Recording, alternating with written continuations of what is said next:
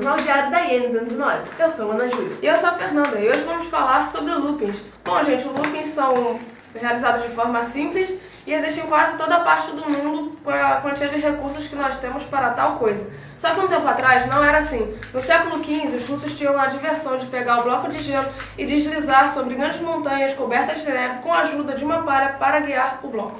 Obviamente, como é de se imaginar, o sistema de freios era bem rudimentar. Eles colocavam areia nos trilhos para que eles não batessem, para que eles não se colidissem. E também para reduzir a velocidade do carrinho. Tempo depois de serem inventadas montanhas-russas com trilhos, parecido com os trilhos de trem que temos hoje em dia, os franceses inauguraram o looping, que é um trecho nos trilhos em que o carrinho faz uma volta completa, deixando os passageiros de cabeça para baixo. Mas a montanha-russa, como a conhecemos hoje, só surgiu em 1884, nos Estados Unidos. Foi também nesse país, em 1959, que surgiu um modelo em tubos de aço, material que permitiu as montanhas cada vez mais rápidas, podendo atingir até 160 km por hora e mais de 100 metros de altura. Bom, agora iremos com o nosso apresentador, Raj, para explicar o que é um looping. Bom dia, meu nome é Evaristo Raj e voltamos. Vou explicar hoje para vocês o que é exatamente o looping. O looping é algo muito comum e visto diariamente por nós todos. Pode ser observado em carrinhos de Hot Wheels, como brinquedos de crianças, em aviões, as manobras incríveis que os grandes pilotos fazem, e até mesmo em Globos da Morte. O looping é mais impressionante principalmente por passar uma sensação de perigo, adrenalina, e por ser algo que aparentemente é impossível de ser alcançado. Porém, o que poucas pessoas sabem, mas é verdade, é que o looping não é tão complicado. E para alcançá-lo, você só precisa de duas coisas: velocidade e confiança em Newton. Mas o que exatamente é um looping? O looping normalmente é visto em forma circular, mas pode ser também visto no formato do infinito. Todo looping possui uma altura máxima, conhecida como ponto crítico. E quem vai falar um pouco sobre isso com vocês é o nosso próximo repórter, Rafael Magalhães. É com você. Bom dia, eu sou o Rafael e agora irei falar sobre o ponto crítico. No ponto crítico no looping, o corpo deve ter apresentar uma velocidade mínima para que não caia. E a maior habilidade de um looping é ter velocidade nesse ponto. Desconsiderando o atrito e a velocidade do ar, pode-se considerar a lei da conservação de energia para calcular a altura e a velocidade mínima que um corpo tem que ter para dar uma volta num looping. Retornamos. Então, agora nós vamos calcular a velocidade mínima e a altura mínima ou máxima que você tem no looping. Bom, consideramos que o nosso looping tem a partida de uma ladeira, ou uma rampa. Então, o nosso objeto sairá da ladeira, dará uma volta completa e continuará o seu caminho normal. Para isso, precisaremos de uma esfera densa. Por que densa? Porque se houvesse ar na esfera, esse ar atrapalharia o movimento da esfera. Desconsidere o atrito, ok? Não teremos atrito no nosso experimento. Aqui, consideramos a conservação de energia mecânica e analisaremos a inicial com a final. Para isso, nós igualamos. A gente abandona a nossa esfera do ponto mais alto da ladeira.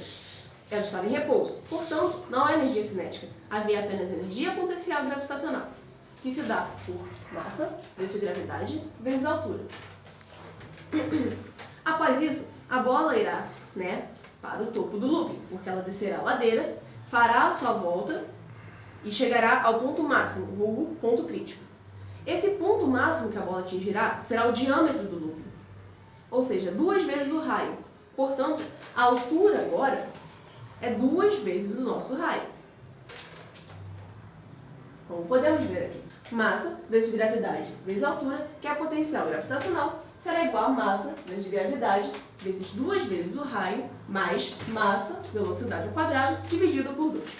Seguindo a conta, podemos ver que a massa pode ser anulada, porque temos os dois termos. Seguindo a conta, continuamos com gravidade vezes altura é igual a gravidade vezes 2 vezes o raio, mais velocidade ao quadrado, sobre 2. Bom, aqui é onde nós temos nosso grande segredo. Para realizarmos a conta, nós temos que descobrir a velocidade. Porém, não temos número, não temos nada. Como nós descobrimos? Fácil. Nós usamos o conceito da aceleração centrípeta, onde a normal tem o mesmo sentido que o peso. Caso a esfera seja solta de um ponto mais baixo do que o necessário, ou seja, se você teria que soltá-la do topo e você soltá-la do meio, obviamente a esfera não vai conseguir completar o looping e ela vai cair. Quando ela cai, a normal pega valor zero, porque ela perde o contato com o solo. Sabendo disso, conseguimos entender que a única força resultante é a força-peso. Bom, sabemos que peso mais normal é igual a massa vezes aceleração. Porém, como aqui nós temos A normal igual a zero, nós deixamos apenas que peso é igual a massa vezes aceleração. Peso é massa vezes gravidade. Como nós novamente temos a massa nos dois termos, nós podemos eliminá-la. Sendo assim, gravidade igual a aceleração. Portanto, sabemos que a aceleração centrípeta é igual à gravidade. A aceleração centrípeta é igual a v ao quadrado, ou seja, velocidade ao quadrado, sobre o raio. Velocidade ao quadrado sobre raio é igual à gravidade. Portanto, temos que velocidade ao quadrado é igual a gravidade vezes o raio. Tudo o que temos a fazer agora é substituir o valor da velocidade ao quadrado na nossa conta. Gravidade vezes altura é igual a gravidade vezes 2 vezes o raio, mais velocidade sobre 2. Porém, nós já sabemos qual é a nossa velocidade. Portanto, temos que gravidade vezes altura é igual a gravidade vezes 2 vezes o raio, mais gravidade vezes raio, que é a nossa velocidade, dividida por 2. Altura é igual a 2 vezes o raio, mais raio dividido por 2. Por quê? Porque como nós temos a gravidade em todos os termos da nossa operação, nós podemos eliminá-la, que nem fizemos com a massa. Seguindo a conta, nós temos que altura é igual a 2 vezes e meio o raio. O que significa? Que nós podemos abandonar a nossa bolinha na altura mínima de 2 vezes o raio para que ela consiga dar uma volta completa no trilho sem cair. Infelizmente, o áudio tinha muito barulho no local que gravamos, então a voz do nosso apresentador ficou muito baixa. Porém, iremos utilizar as legendas para ficar bem mais fácil o entendimento. Bom, agora nós iremos ver o experimento do looping. Como o looping funciona? Bom, nós utilizamos o looping que tinha diâmetro de 7 centímetros, ou seja, o raio era de 3,5 centímetros. Uma bolinha que pesa 17 gramas e uma segunda bolinha que pesa Alguém perdeu chave aí? 11 gramas. A bolinha for jogada deve ser de 2,5 vezes a metade do diâmetro, ou seja, o raio. Portanto, já que o diâmetro mede 7, sua metade é 3,5 vezes 2,5, a altura deverá ser de 8,35 centímetros. Então colocaremos aqui, esta deve ser a altura que a bolinha deve ser jogada. No entanto, como aqui trabalhamos com atrito, você pode ver que faz barulho. Isso é um indício de que há atrito no sistema. Logo, não podemos jogar de 8,35 metros, senão ela não completará o looping. Você pode ver que ela não completou o looping.